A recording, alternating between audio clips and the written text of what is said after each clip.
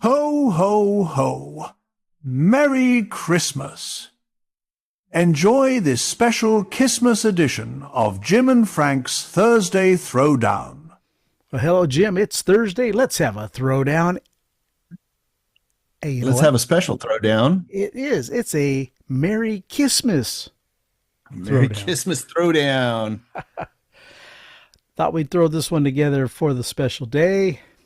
And I thought it would be interesting if we took the first album with makeup and allegedly the last album with makeup before the 80s hit big time. Before Psycho Circus? Was that their next? Yes. Was that Well, their next makeup? Makeup, record? yeah. If that was, but we're going to talk about Creatures of the Night and the debut. Which is better to talk about Creatures of the Night than going their first album and Monster. Oh yeah, no, that was no, thank you. No thanks. And it's funny, Creatures of the Night. We'll talk about that in a little bit, but I wanted it to be a huge record in my life at the time.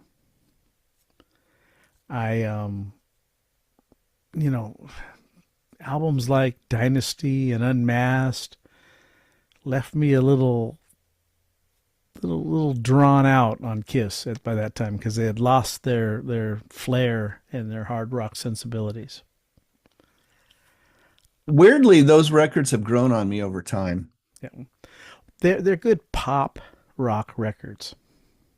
Yeah. Absolutely. And as you find out later that the whole band wasn't even playing on Unmasked, and it wasn't for me. It's still it hasn't grown on me. That I'll say that. But let's start off with the debut. Yes. Okay, this comes out in 1974. I don't get into them until late next year. And this is when they're popping out albums like Cats Having Kittens, boom, Every 6 boom, months. yeah, it's just crazy. And going back, I think my first studio sounding album that I heard of theirs was Dressed to Kill.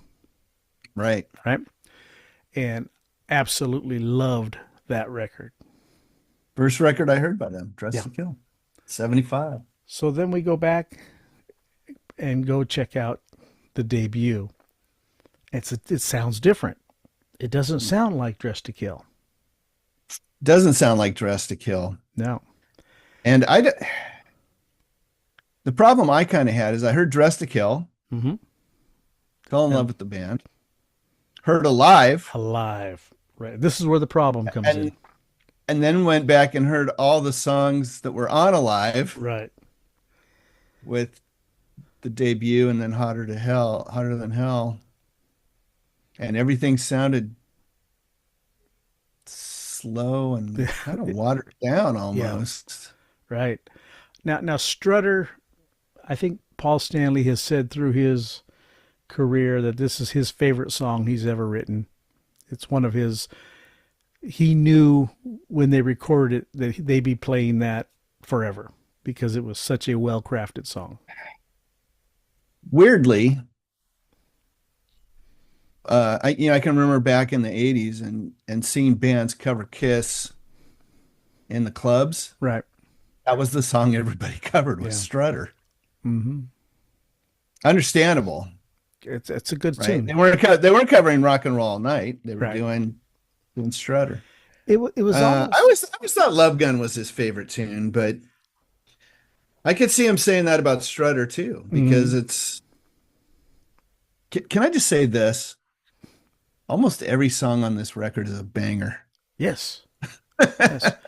It's just so badly produced. Right. What's interesting about it is when it first comes out, it's not having kissing time on it, Right. Originally did not have that. and they think, well, this album, and it tanked. It didn't do anything.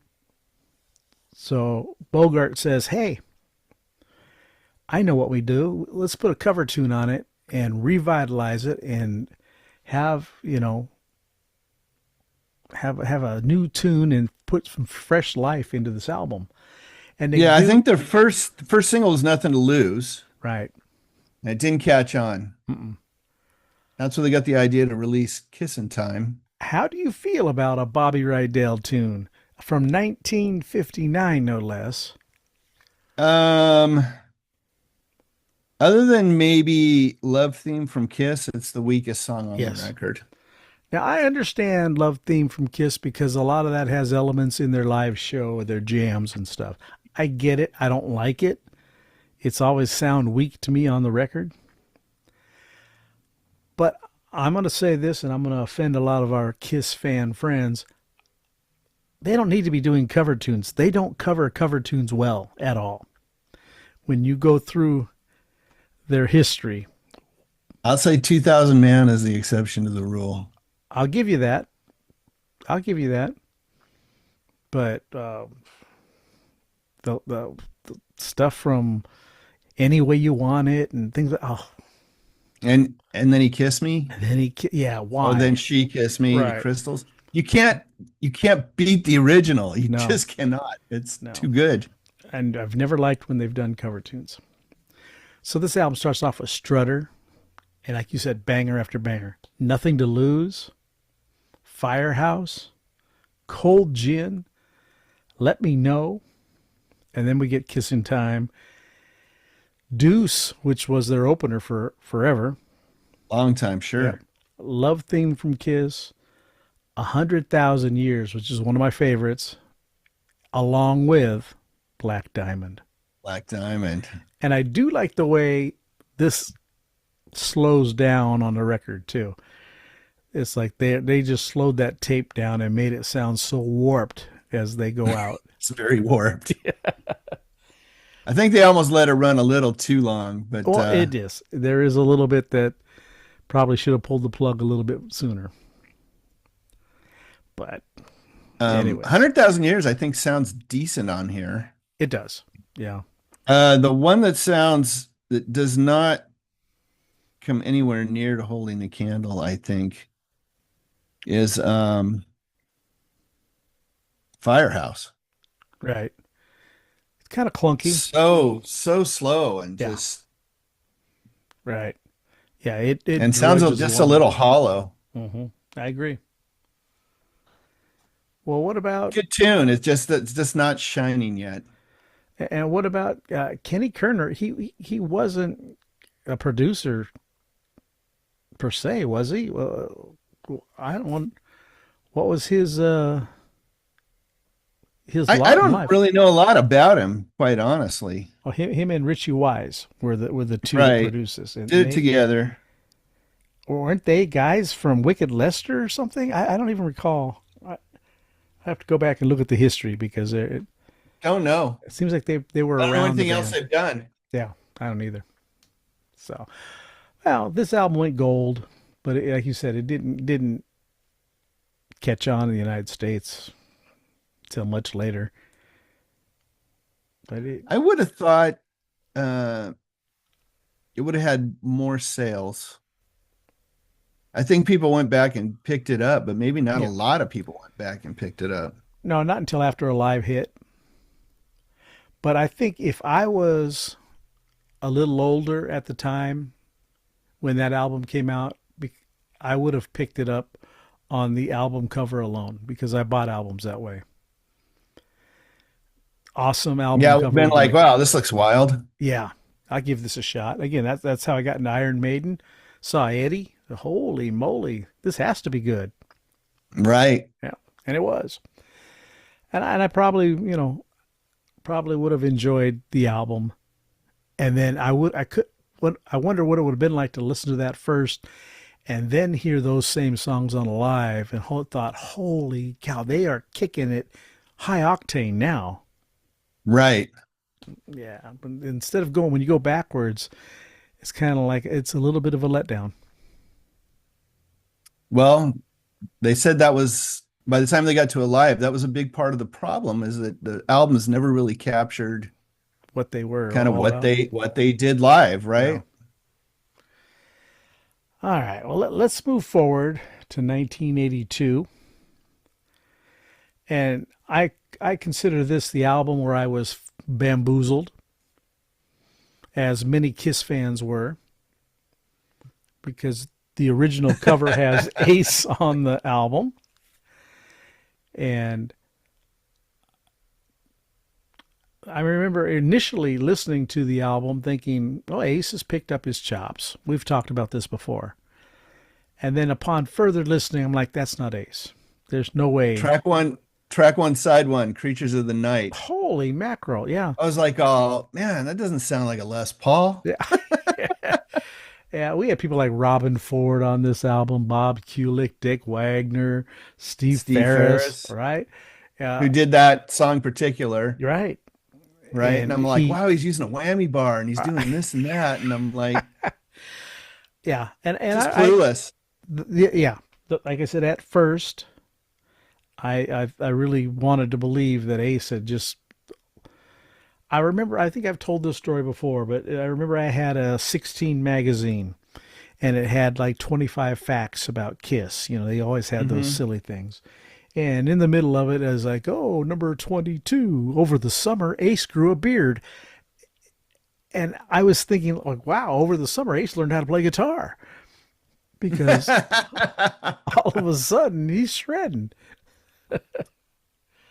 Yeah, like his style. I was like, wow, he's really updated his sound, updated his style. Mm-hmm. You know, it's like really moving forward.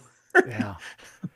I had no clue but Kiss was so well at their marketing and holding things close to the vest that nobody knew that he was out of the band.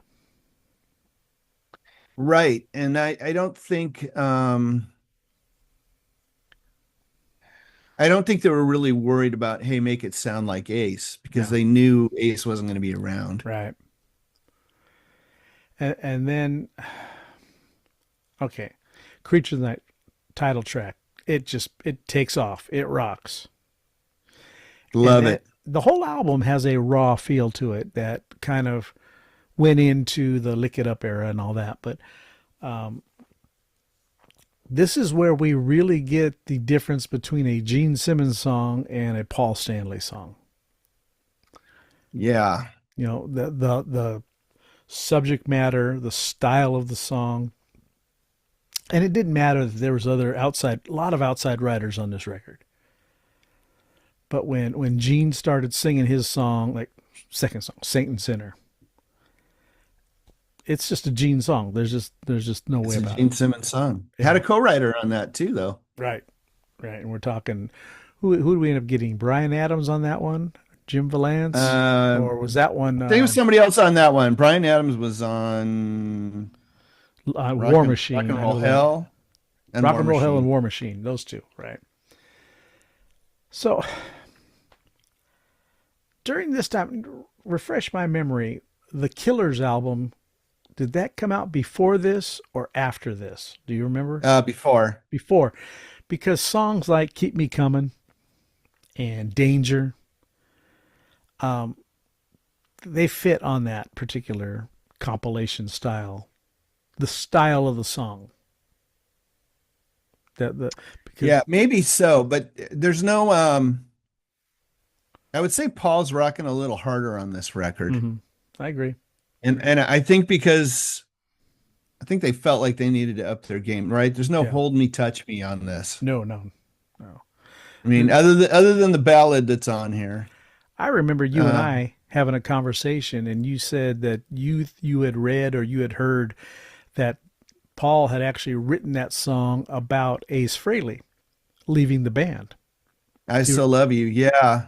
And I somebody with a little inside info told me that. Right.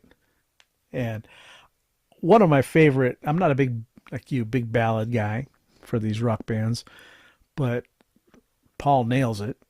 It's just fantastic. His vocals are out of this world. Robin Ford played the guitar parts on that, and the solo is fantastic. Oh yeah. Yeah. Totally tasteful and totally fits the song Right. 100%. So we have Keep Me Coming, Rock and Roll Hell, Danger, I Love It Loud. And that's one of those songs where I like it, but I don't love it. I love it loud. Yeah. Yeah, same thing. Yeah. I take it or leave it. I Still Love You, and Killer, and then War Machine. I like Killer. That's a Yeah. very Gene Simmons song. Hmm. Uh, but for me, it works. Right. Well, for 1982, this was the last Kiss album that, in my mind, they were not followers. They were still doing the Kiss sound. And you, Yeah, I think I would buy that. because like I say, from Lick It Up on after that, they're following the trends. They're forever chasing the trends. Yeah, I would. I don't know if I would say Lick It Up too, but absolutely everything after Lick It Up, they're chasing trends. The reason I say Lick It Up, because Vinnie Vincent was doing all that crazy solo stuff that was popular at that time. He didn't start that. He, you No, know, no, no, no. that But I think song structure wise and kind of right. what they were doing, yeah, it's maybe debatable. Maybe Yeah, they were trying to follow a trend. They certainly picked up a hot guitar player. right. All the right tool for the job, right? And he was a tool. Evidently. Yeah. So production wise, Michael James Jackson. I'm not wild about the production on this record. No, I remember talking No. about, like, the drums were super ultra crazy loud. Uh, they said they recorded this thing very, very loud. And Yeah, when you listen to it, it's everything sounds to me like it's on the verge of distortion. correct. I agree. Now, what I find is interesting is here we bring in Eric Carr. He's in the band. He's playing drums, and then they don't use him on certain tunes because he can't get the feel that they're looking for. Oh, weird. Yeah, and I'm not mistaken. They may have done that on the Elder as well, but there's a Speaking of the elder, Eric couldn't figure out what they were doing. He goes, "I thought I joined Kiss, but right. I didn't know I love that what album. is this music we're playing?" Absolutely love that album. But anyways, so we have the very beginning of Kiss with their debut, and the very end of the makeup era.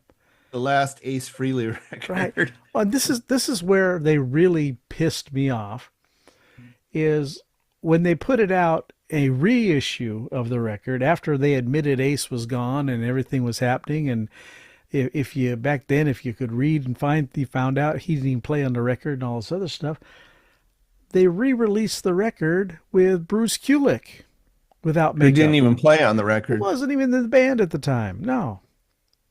I was like, what is this tomfoolery? What is going on? Uh, as big as those guys were, I think Ace was actually the most popular guy in the band. He was. And I think Yeah. that just rubbed them wrong. I think we discovered that a little while ago when he passed away, and we saw some of the things that were going on. You can't deny the mega stardom that Gene Simmons and his ego have had, and Paul Stanley as well. But here's the thing I was going to say.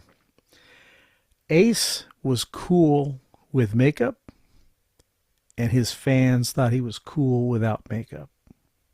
Yeah, absolutely. Gene and Paul are not cool without makeup. They are just two old farts who can't shut their mouths. Well, none of the solo stuff any of them did ever outsold Ace, I don't think. No, and that was probably where it all began, and that was the beginning of the end. Anyways, they did it to try to save the band, but all it did was make each of them realize that Ace doesn't need us, and we don't need Ace. So they thought. So they thought, Yeah. I don't know, they did it for what, 50 years, I guess. Yeah. Well, if you go back and when they went back and put the makeup on with Ace for just a little while, and then when he finally said enough's enough, I thought it was a farewell tour. He finally leaves for the second or third time permanently. Yeah. Their show for 25 to 27 years, whatever it is, was all old nostalgic Kiss anyways. And it's the same set list, right? Well, I don't that's think what I they mean. ever They changed it never, up. and it was all the original band members' music with a fake Tommy or a fake Ace and a fake Peter. And that gets Yeah, in. I think they would throw in like one song from whatever the current record was. Right. And even that went away after a while. People got tired of that. And they started realizing that's when everyone's going to the bathroom. So, anyways, so what do you prefer? Do you prefer the original debut, the beginning of it all, or what we kind of figure is like the ending when it comes to makeup and records? Which do you prefer? Pound for pound, which is the better record? Yeah, pound for pound. I like both of these records. Mm-hmm. Uh, but the debut for me is just it, man. Yeah. It's great tunes, even though the production kind of blows on it. I mean, it's just cool song after cool song after cool song, Well, right? And exactly. When you go back and you look at how many of those tunes were in that live set we were just talking about, Creatures had Creatures of the Night, I Love It Loud, War Machine. It held it there, but it wasn't the debut. no, not at all. I mean, they're still playing Deuce, Firehouse, Strutter, Right. Oh, and all then those tunes, Black 100,000 Diamond. years. Mm-hmm. Yep, So, yep. so I think we have another knockout. We're going with the debut. Big KO. There it is. I like it. Yeah, I wish it was produced better, but there it is. But Right. the songs are solid, and like Well, we you said, it's like one banger after another, man. well, you figure they were a band that were playing those songs live in their set list forever before they got to record them. So they had them down, and they knew those songs inside and out, and it shows. Yeah, for sure. Yeah. All right. Okay, you guys, what do you say? Creatures of the Night or the Kiss debut? Let us know in the comment section. All Let us right. know. Have a Merry Christmas. Yes. Hey, thanks for watching, and we will see you next time. Jim? All right. We'll see you next Thursday.